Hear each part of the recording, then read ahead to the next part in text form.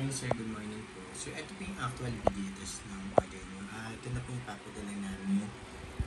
Yung color Inno 3D GeForce GTX 1080 Ti 4GB DDR5 po yan. Dual fan din po siya. Mas malaki din siya. Mas stable din siya. Yung 6-pin power connector required po. Ito po yung power supply. Nare-recommend po talaga namin lagi.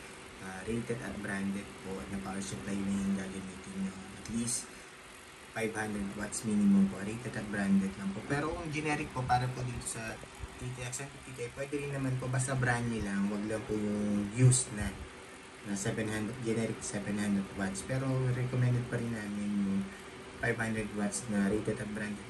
Almost same lang naman po yung presyo nila. So, doon na lang po tayo sa rated at branded na power supply. Okay po, Sir Joseph.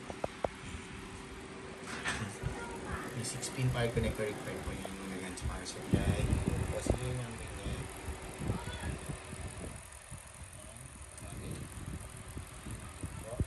Warranty sticker po. Sir, may warranty po kayo sa amin. So, pag may problem po, may issue, message nyo na po kami help namin kayo. Pag hindi po talaga nag-work sa PC nyo, pwede po namin palitan yung unit. Basta po yung warranty sticker po yung intact po. Hindi nyo po nabuksan, wala po yung gagalawin. Pag may problem po, kami po ang message. May warranty po kayo sana. So, no need na po na buksan na. Kasi mabuboid lang po yung warranty. So panood lang po Sir Joseph. Okay? Lahat naman po ng store meron po ganyan. Pwede po yung kakausapin. Pag meron po yung issue ay questions. So yung number niya ulit. Pagkinitas natin dito sa per mark yan. Time running niya dito sa per mark 4 minutes 8 seconds. Open GL errors na NVIDIA GeForce GTX 1050 Ti. Reading po ng MSI Afterburner, napaka smooth.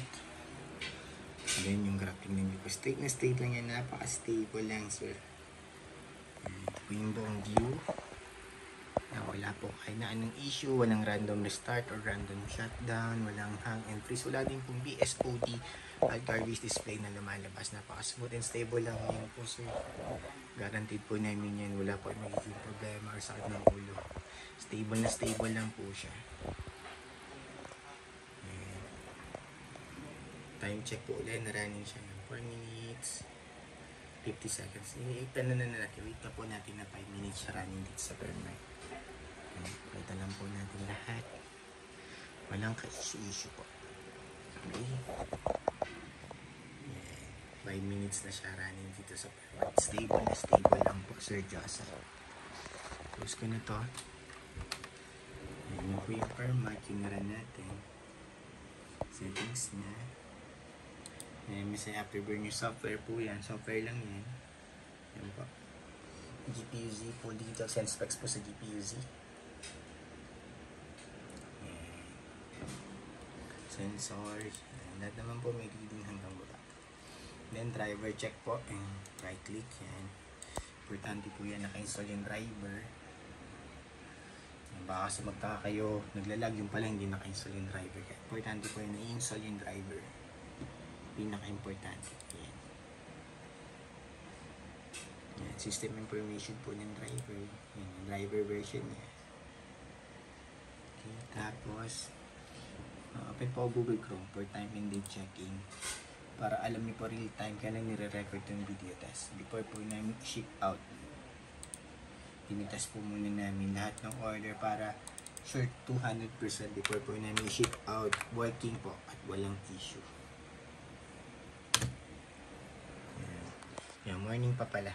Ayan, 11:31 AM Saturday, December 14, 2024. Yan po yung card date and time natin. Real time before po namin i-ship out. Tinis po muna namin. Real time po yan.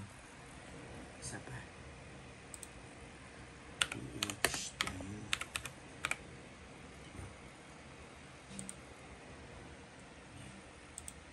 Para dalawa.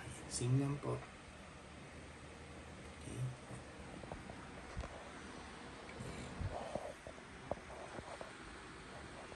Okay. Same lang. Pag gusto nyo po i-double check kung real time, kung mag-cheat yan, pwede nyo pupuntahan yung website. Ito din po isa.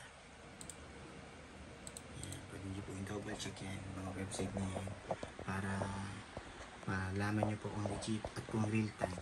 Okay, yun na po Sir Joseph. Close ko na to and shutdown para ma-ship out na po namin itong order niya. Today, medyo na-delay na talaga.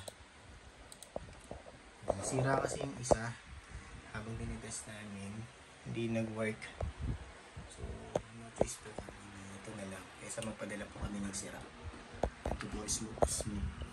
Guarantee po namin yan. Yung fan niya, buong buo po yan. Napakakinis. Maganda pa nito. Mas maganda siya kaysa dun sa colorful privacy. Power supply po, yung rated at branded lang po. Minimum 500 watts, okay na po. Mga brands like MSI, Corsair, Gigabyte, Sonic, Asus, Thermaltake, and FSP. Marami pong iba po sa mga brandeds lang. Warranty sticker po bawal alisin or buksan pag na-issue kami ng message para hindi po mag-void yung warranty.